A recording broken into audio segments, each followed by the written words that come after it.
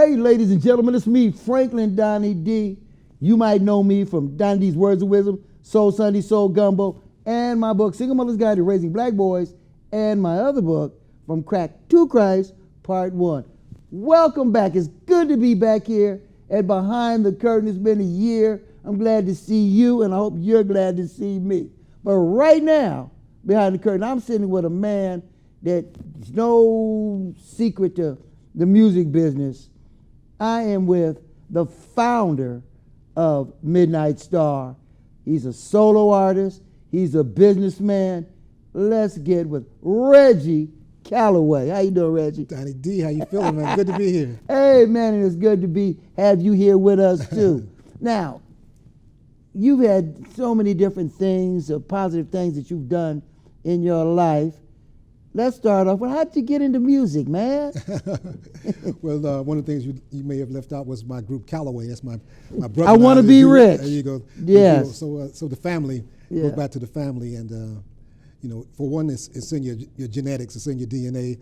Anytime you start beating on pots and pans and oatmeal boxes. Amen. And playing piano in the windowsill, you got something going on. Yeah. But fortunately for us, our grandparents had a piano in each one of their houses. My father played trumpet in high school, and we'd go by, our grandparents' house, and he'd pull out his horn that he kept there. His horn. And sit us on his lap and play some notes and see if we could play. So my brother and I, Vincent, we both became trumpet players okay. as probably a byproduct to that. But so from tinkling things on the piano and the music of the time, there was a song out called "Do You Love Me Now That I Can Dance." Contours. And the Beatles as well. But I was very, very shy. So that was my way of meeting people and meeting girls, singing and doing that and trying to learn how to dance. But it stuck with me, from doing that to going and doing the talent shows at elementary school. And my first big talent show in the 5th grade, we sang Down in the Boondocks, me and my boy Derek Thornton. And, when you go out on stage and the lights hit you and you can't see nothing, you can't see the people, all you can hear is the screams. Yeah. And from that moment on, I said, this is the life for me. Amen. And where you raised at? Cincinnati, Ohio. Cincinnati? We're from Louisville, Kentucky. And by this time, in the 4th grade, moved to Cincinnati, Ohio. And that was the next level of our musical experience because that was a bed of music there. Funk. This is the funk capital of the world. Yeah, James Brown, the Bootsy Collins, to just countless Ohio players. Slave. And all that was later on. But in our growing up, we would go see James Brown every year for 99 cents as kids. Okay. Because he'd do the Easter ball. You get dressed up. Right. And then once Bootsy joined James Brown's band, Bootsy's like a big brother to us. So we'd go by Bootsy's house and watch them rehearse, and just seeing a whole nother experience of music that we didn't have in Louisville, Kentucky. But in Louisville, we had a heavy church vibe. Right. Next to my one grandparents' house was a Pentecostal church where they were just jamming. Right. And we were at the quiet Methodist church, so we got to hear the harmonies and then all the excitement from both sides of that. And then moving to Cincinnati, our next door neighbors actually had a band. The father had a band, so we could sit there in the windowsill, the basement, and watch them rehearse and just say, "Oh wow, live instruments." Wow. Well, say you in Cincinnati, funk capital. As a matter of fact, they got a funk museum there. There, I interviewed the guy that started it out. Yeah, in Dayton, Ohio. Dayton? I'm on the board of directors for the Funk Museum. Okay, that's okay. Dayton, it's not okay. Dayton. About 40 minutes away. Yeah. So we talked, and he was on the show once, and we just, I was just glad to hear that funk was getting the recognition. Now, Midnight Star, no parking on the dance. For me and my ex-wife, we used to love Wet My Whistle. That was our song. Oh, Wet My Whistle. And that's what I tell her, I only meant to wet my whistle. That was it. Hey, okay, tell us about Midnight Star. Yeah, well, that particular song, it was a pleasure to write that. As a songwriter, always looking for ideas. You look everywhere, with conversations, magazines, and I actually saw that writing it in a magazine ad. And I said, oh wow, what a great song. And then it's always about how do you flip that to as many different entendres, double entendre, triple entendre of what that really means, and I think the audience can take their own pleasure from that. But Midnight Star, of course, coming up from the talent shows, and then the local bands. My first local band was Motown Masters. Then I progressed on to another local band called the MD Fire Department, and that was during my junior high school year. And then in the middle of my senior year, the band was going on tour to go across the country from Cincinnati to Los Angeles, and the leader, Randy Vanderbilt, asked could get my mother's permission for me to leave high school and go, because I hadn't graduated yet. And Mom said, well, of course you can go. And I was the president of the senior class, so I had to transfer all my duties to Robert Jones, my great vice president, who carried out, finished up with the prom arrangements and stuff. And I flew in for graduation and then flew back out to Las Vegas, where we were ending the tour up. And in Las Vegas, we were battling bands every night to, some 9 to 3, 4, 5 in the morning. Each band played an hour set, and this band from Vegas they were bad. We were bad, but they were bad. Badder. And so after and they were playing original music, and we were just doing cover songs, and and I've always wanted to be a songwriter, and I always wanted to be original. So when the tour ended, I said, you know what, I got to go to college because I got to learn something about music. And Sly and his Family Stone had In Time out.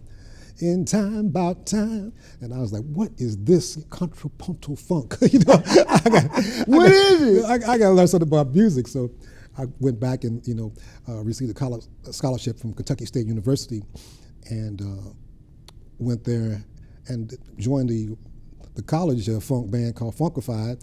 Of course, I went there to play in the marching band, the jazz ensemble, the concert band, so doing all those things. But after a few years between that and my brothers and I, Gregory and Vincent, had a contemporary jazz group called Sunchild, and that became my experimental lab for taking everything I was learning from composition and theory and jazz classes and putting it into this group and playing music that was original, that was never heard before, and had the pleasure of not only opening for Sonny Stitt, but also playing with Sonny Stitt. Sonny Stitt. One of the world-class saxophonists of all time. Sonny Stitt. Yeah, so you know your history. Yeah.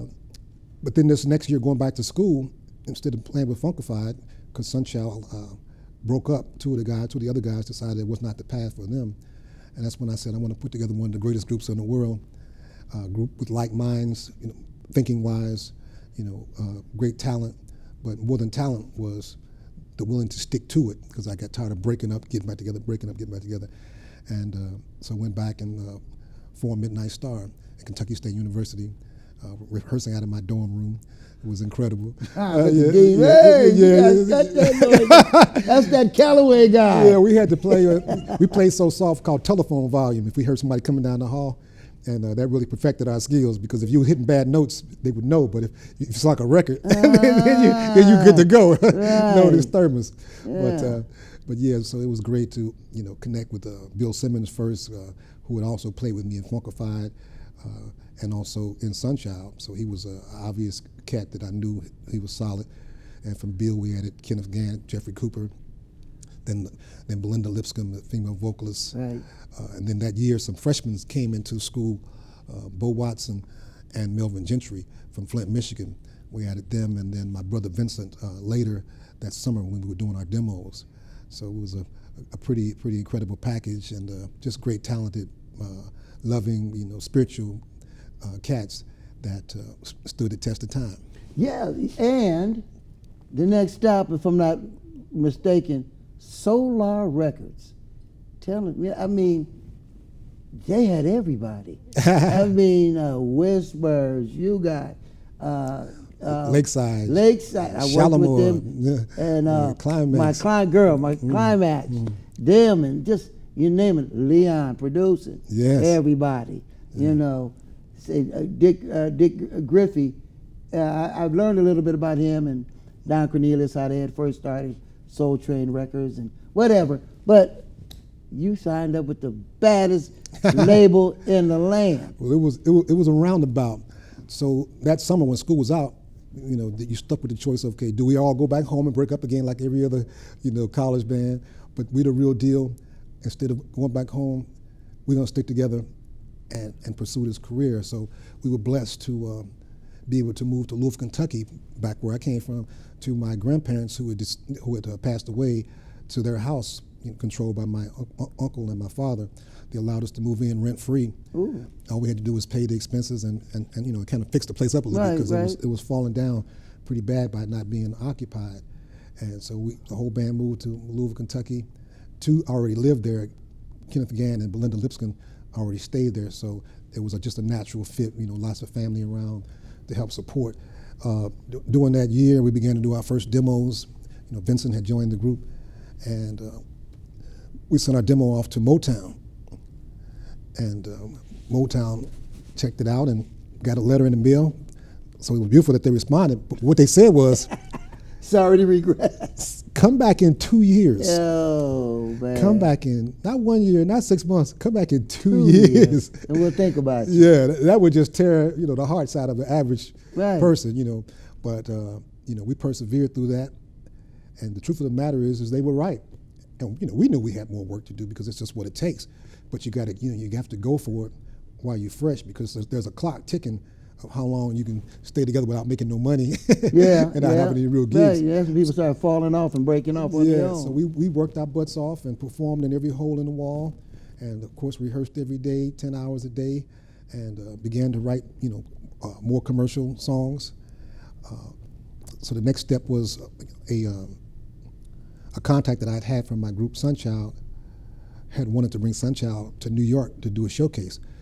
But I had to write her back and say, the group's broken up, I'll get back with you when I have something that's more solid. I wrote her back at this time, say, I have the group now that's ready to do this. Right. So to her word, she set the showcase up in New York, at Palisades, New Jersey, across the river at the soap factory. And we went there, and there was some record industry people there that came to hear us, and they were impressed, of course, and blown away. Sent word back to their contact, Dick Griffey. There's this band you got to see. Right. So then now we said, well, we can't stay in New York because we got robbed in New York. They stole our little personal stuff. Right. But they didn't break in the truck, so the costumes still had all the and the instruments were still intact. Good. So we were blessed, Yeah. And so we can't live here. This is not a place you come to live. Not to rough it. Was that New York City? New York City. Yeah, it was in Manhattan, or Queens, one that we got to experience. But so we hightailed it out of there. Couldn't go back to Louisville because it was too small after being in New York. So we went to Cincinnati. My mother, who later became, she was already, doing managerial things for the group, and then later became part of our official management team. She says, come live at the house. Brought the whole band, 9 band members, 3 road crews. We left the dogs in Louisville. We all moved into our house in Cincinnati, Ohio, and that's when we really began to really go to work. We turned the garage into a rehearsal studio. We had the basement. Every bedroom was a writing room. Yeah. So there was just constant things going on to perfect that skill. And Dick Griffey flew into Cincinnati to hear us. And the first time he heard us, we were just us and Dick Griffey in a nightclub in the middle of the day. Right. So a very cold environment, Right. And so we put on our show. At the end of the show, he said, "You guys are pretty good." He said, "I think I heard a harmony missing. There was a harmony part missing." And everybody looks around. It's like, how did he know that Bill was sick and wasn't, able to perform? Oh. So Bill played one of the horn parts and he sung some background. So Griffey, he's really, really keen, the musicologist. So we had to come clean. We didn't want to tell him that in the beginning, making excuses, Right. And so we said, well, maybe it's because Bill's missing. He said, well, I want to see you again. So we were on an Air Force tour, touring every Air Force base in the United States, which was a training ground beyond training grounds, because when you're trying to scrounge up gigs, you might have one gig this week, one 2 weeks later, and one tomorrow, and one 3 weeks later. But the Air Force gig was 4 nights a week, 2 different Air Force bases and cities, every week. Ironically and beautifully, we're back in Las Vegas, where I was before when I said I was going to go back to college and learn about music. So we're playing at the Las Vegas Air Force Base. Dick Griffey flies in with his daughter, Carolyn Griffey, who's now one of the singers in the new Shalimar. Right, the new Shalimar. And she was a little girl then, and this time, we were playing with a full house because it's all the airmen and air ladies all together, and and the band's full. Bill's back healthy, so at the end of the show, he says, "How would you like to sign with my little record label?" And we're like, "Sure, we'd love to." Wow, that's the story, ladies and gentlemen. Now, you're a solo artist. You've done a couple of things on the side. Tell me some of the songs. I saw one today, Something for God. It seemed to be a spiritual song. I've heard Sabrina. Tell us what you have. Yeah, so I've done the whole gamut from Midnight Star 9 pieces to Calloway, the duo, and then a solo artist. Because there's so much music that you want to get out, and everything doesn't fit into every single space. So Reggie Calloway is an artist. I'm all those things, but I'm also this smooth, mellow side that really wants to blossom, that really wants to tell a story and not always be just about dancing and partying. Right. So yes, I've done some spiritual songs that are out there for you. One, God is the Source. Okay. Throw Your Hands Up and Praise Him. Okay. You Are My Music. And then I have this smooth album, Bring Back the Love, which is bringing back the good music, the melodies, the live instruments, the whole thing. And from that album, we've had the single Bring Back the Love. Currently out right now is Sabrina. And Sabrina is a story about an African princess who meets this balladeer singer who's traveling around the world. And they meet on the beach and fall in love at first sight. But like most entertainers, he's got to hit the road. Right. He's got to go to the next city or the next country or whatever in this case, because he's traveling by ship. And they meet up again, when each one is much older, because they're like teenagers. And the video kind of takes you through that journey. So we hope everybody can picture that in the video, where my son is playing the young me, and I'm telling the story from my perspective. And but the underlying part of that is no woman should ever be called outside of her name. Amen. She should always be treated like a princess or a queen. Well, ladies and gentlemen, you heard about Sabrina. Let's take a look at the video, Sabrina by Reggie Calloway.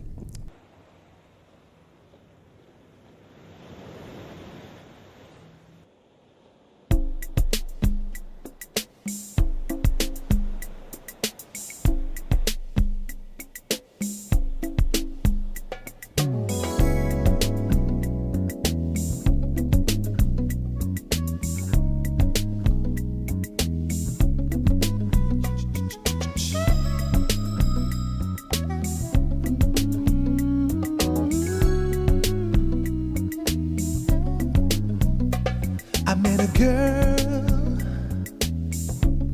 her name was Sabrina. She wore rubies and pearls down south of Somalia. It was a hot day, but they were not real. They were made of stone, a shack of straw. She called her home. Sabrina, Sabrina.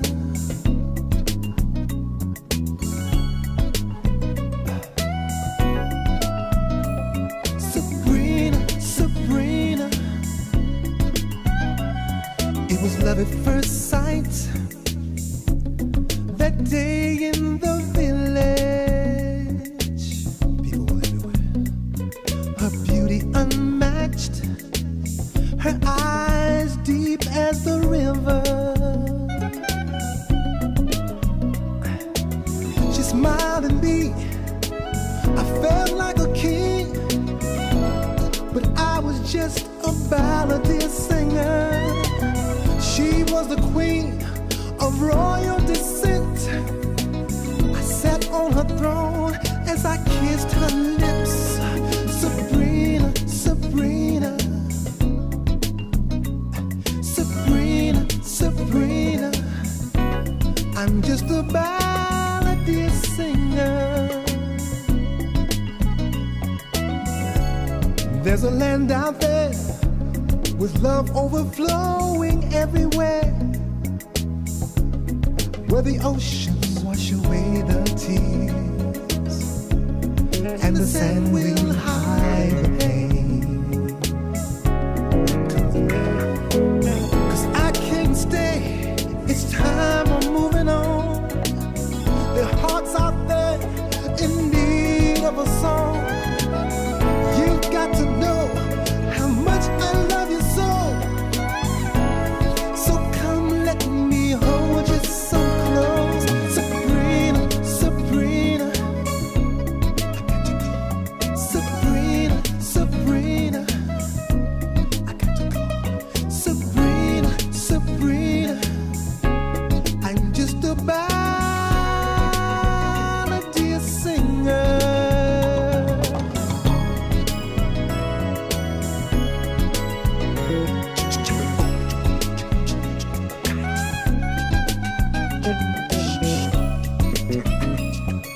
Just a melody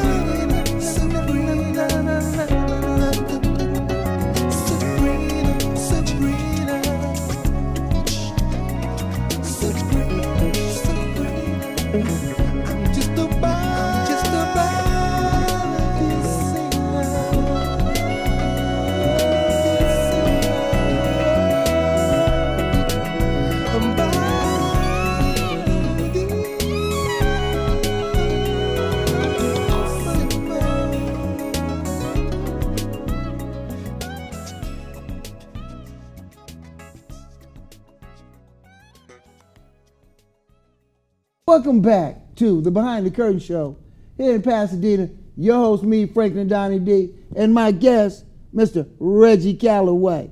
Reggie, man, you Midnight Star, Calloway, all these things you've done. Now I understand you're helping artists with royalties. Tell the people about that.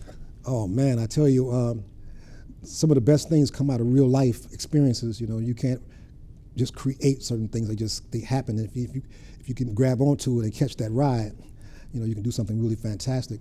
But you know, people, they know about, you know, a lot of our music. We talked about Midnight Star. We talked about Calloway. You know, producing Casanova for Levert and Joy for Teddy Pendergrass, Love Overboard for Gladys Knight, Meeting in the Ladies' Room for Climax, all these hit records. But still, on the finance side, you're still getting paid every 3 months, every 6 months. Right. And you know, in today's market, there are some things that'll pay you every month. But it's not like a regular job where this salary is coming whether you have a hit or not. So even with that type of recognition, you're still trying to make sure you can meet those gaps while you're waiting on the money. Because for so many artists, by the time they get the money, they've already spent it. Right. And forget about taxes. You know, you waiting for this money to come in, and half of it's supposed to go to the IRS. Because it's about half when you do the real numbers. Everybody want to like be 15, 20%. No, I was like, Lionel Richie told me, he said, Reggie, whatever dollar you get, just remember 50 cents goes to the government and 50 cents you get to keep. That go, people. But if it's just 40%, now you got 10% that you can play with. Right. But don't go thinking that, you know, you're gonna keep 90 and give them 10 or keep 100, because it's going to catch up with you and it's going to multiply. But as I was saying, to try not only to find a way to fund myself, I realized that, hey, this could be a great way to fund other people as well. So how can we take these royalties that we're waiting on and get the money from the future to use now to really do some investing, to reinvest in ourselves, to do other things. So I was a co-founder of the first online internet auction-based platform for bringing buyers and sellers of royalty streams together. I quickly realized that the medium to small guys should probably never sell, because once you sell that, it's gone. Okay. So we preach ownership totally. So my new partner, after I sold my rights in that company and partnered with my new company, Sound Royalties, with my partner, Alex Heike, who's the CEO. And Alex had a very great platform for being even more artist-friendly than even we were, because that was artist-friendly, because before that, you couldn't just sell a piece of something, you had to sell all of it. And but now we're looking at a concept of just advances. So in other words, you're not selling your rights, you're taking an advance against your future money to use now to be able to do bigger and better things with it. And so with Sound Royalties, in about the last 6 years, we've blossomed and just totally grown with the offices in West Palm. We have satellite offices in LA, Nashville, Atlanta, and New York. It's jumping off. It's yeah, working. It's making off really, really big time. So what that means is that, we're looking at your last 3 years of income, projecting ahead what we figured you're going to make, making you 1 to 3 offers of how much money we feel like we can advance you, and you pay that back only through the income stream that we're monetizing the money from. So unlike a credit card or unlike a bank loan, you don't have to reach in your pocket or call your grandmother up and say, I'm short, can I get this? The royalty stream itself pays it back. And we never collapse on anybody's royalties. We never attempt to own it. There's some people who do insist upon selling. And so if you're one of those people that, you're making a lot of money, you want to sell it and reinvest it in something else, then we formed a catalog assistance program that will allow us to do the evaluation for you, show you what it's worth, package it so it's presentable, and then present it to our list of buyers that are qualified and will pay the highest dollar. So we're trying to protect everybody. If you're going to do that, then get the best you can. But otherwise, just take an advance and let those royalties pass on to your heirs if you choose, right. or sell it whenever you're ready. Don't sell it because you have to. There's some generational wealth thing going there. What is the name of the company again? The company is Sound Royalties. Sound. Now, how anybody out there looking at, listening and watching rather, and they like what you're talking about, and they want to find out more about it. How do we find out about you? You can find out everything through ReggieCalloway.com. And inside of ReggieCalloway.com, you can hear all your music that you love. You can see all the videos that you know over the years that we had the pleasure of working with, from Midnight Star to Calloway to the whole gamut. And then there's a whole tab for Sound Royalties that gets you into that. If you want to go directly to SoundRoyalties.com, you can do that as well. Reach out through my website. We have some great merchandise there for you with the Sabrina T-shirts and hats, and for all the ladies that, the beautiful logo, sort of a Nefertiti type of symbol that shows the great culture and the queenliness that we want to project through that song. So yeah, and if you want to reach me, like I say, ReggieCalloway.com or just Reggie Calloway, Instagram, Twitter, wherever you are, Facebook, all under Reggie Calloway or the official Calloway, or official Calloway for myself and my brother. If you didn't get that, get me, Franklin Donnie D. I guarantee I'll get you hooked up with Reggie Calloway. Reggie, it's been a blast, man. I hope that everybody gets a chance to check out Sabrina, check out the company, especially entertainers out there that want to get at least some generational wealth, keep things going. Glad you were here with me, brother. Oh, my pleasure.